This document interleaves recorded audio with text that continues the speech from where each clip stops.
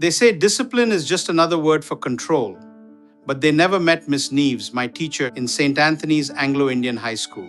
See it and be Let's dive right transformed. into what I can only describe as a beautifully unexpected story. Today, we're unpacking a narrative that bridges two completely different universes. On one side, you have the dusty, sun-drenched nostalgia of a 1960s Indian classroom.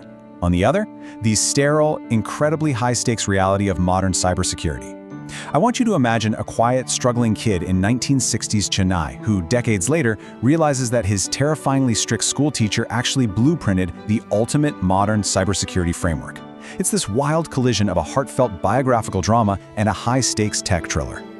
Now, I know what you're thinking. That sounds like a total paradox, right? Like, how on earth do those two worlds even connect?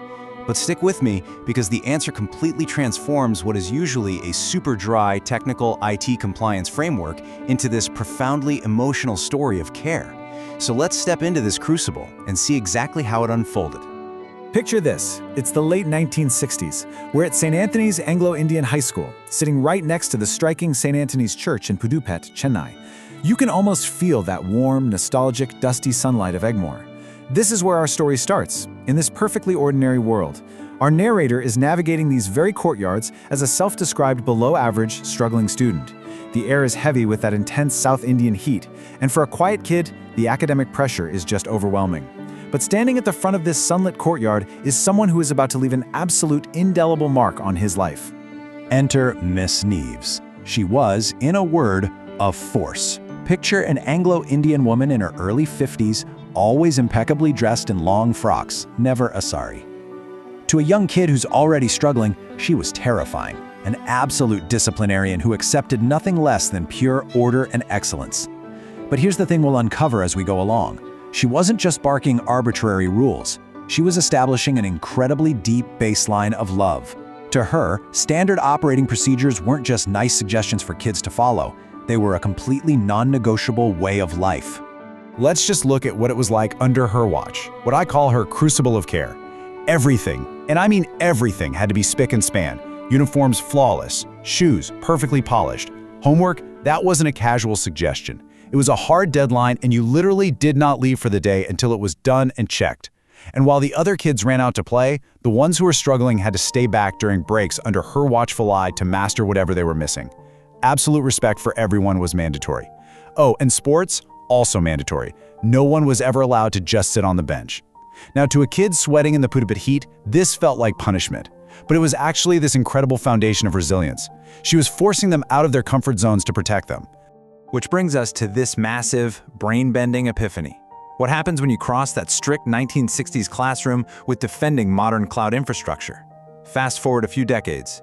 Our narrator has left those dusty courtyards far behind and is now neck-deep in the sleek, cold, incredibly high-stakes world of modern cybersecurity.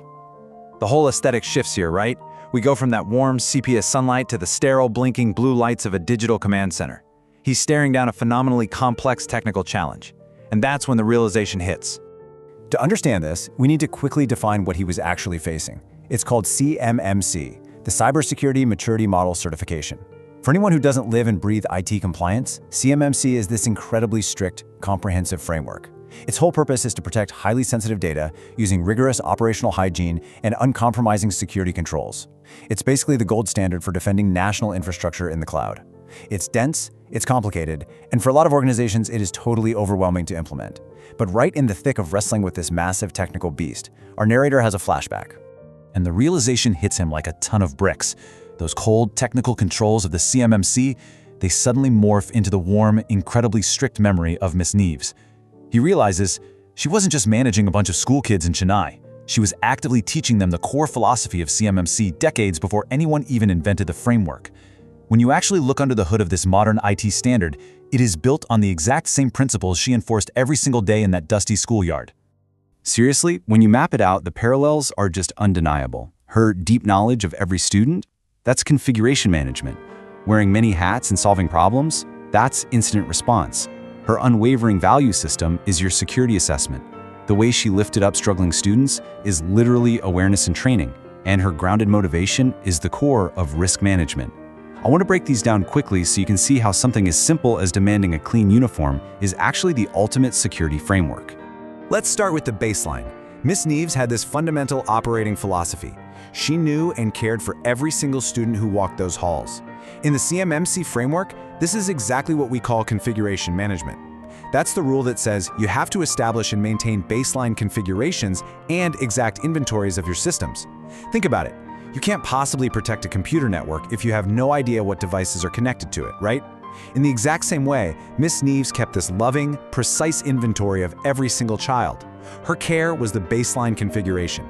She made sure every student, every endpoint, met a safe foundational standard. Then you have the concept of the commander. Ms. Neves wore a lot of hats. She was a trusted advisor, the ultimate problem solver, and a key leader who worked right alongside the principal. In the cybersecurity world, this mirrors incident response and executive sponsorship. When a cyber crisis hits, you absolutely need a commander who stays dead calm, advises the technical team, and coordinates directly with the executives. Ms. Neves was the ultimate incident response commander, effortlessly bridging the chaotic reality of the schoolyard with the highest levels of management. And what about her values? Driven by an incredible faith, she anchored her students in a really powerful system of respect and compassion.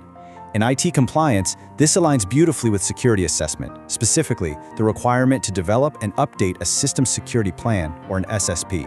Her values were her SSP.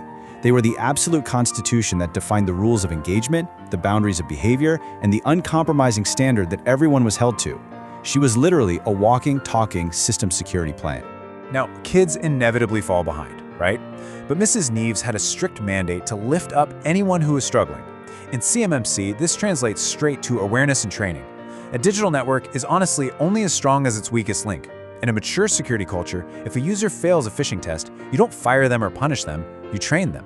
You elevate their awareness until they meet the standard. Mrs. Neves didn't punish kids for struggling, she deliberately kept them during breaks to actively fix the gaps in their knowledge. She was also an unmatched motivator, but somehow always stayed incredibly grounded in reality. This correlates perfectly with risk management, the requirement to periodically assess the real risks to your operations. Being a great motivator is fantastic for driving momentum, but routine risk assessments are how an organization actually stays grounded. They force leaders to take a brutally honest look at their vulnerabilities so that confidence doesn't turn into dangerous arrogance. Ms. Neves managed the risks of her classroom every single day with that exact same clear-eyed honesty. So let's just rapidly run through a cinematic montage of her daily routine, because it proves how flawlessly she engineered this environment. Making a student finish their work before leaving, that is access control, closing open risks and securing the environment before logging off.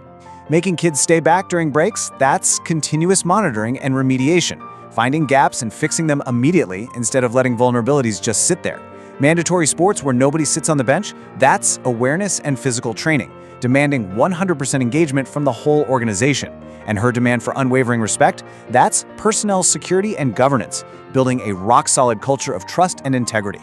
Let's take it all back to where it began. Imagine those rusty gates of St. Anthony's swaying in the Chennai breeze. This is where the true blueprint for life was forged. Our narrator's realization is so profound. Whether you are guarding a child's vulnerable future in South India, or you're defending a massive nation's digital infrastructure in the cloud, the methods, the rigor, and the dedication are shockingly identical. True security, whether in life or in IT compliance, is built entirely on daily, uncompromising habits. I want to leave you with a final thought that honestly reframes everything we think about rules and compliance. Discipline is not punishment, it is protection. We so often view security frameworks as a massive burden, just this heavy, lifeless shield we're forced to carry around by auditors. But Ms. Neves taught the profound truth of that burden.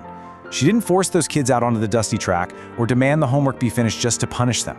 She did it to fortify them. In the end, whether you're managing a 1960s classroom or a modern data center, the ultimate lesson is exactly the same. Discipline is not an act of restriction. It is the deepest, most unyielding expression of care and protection.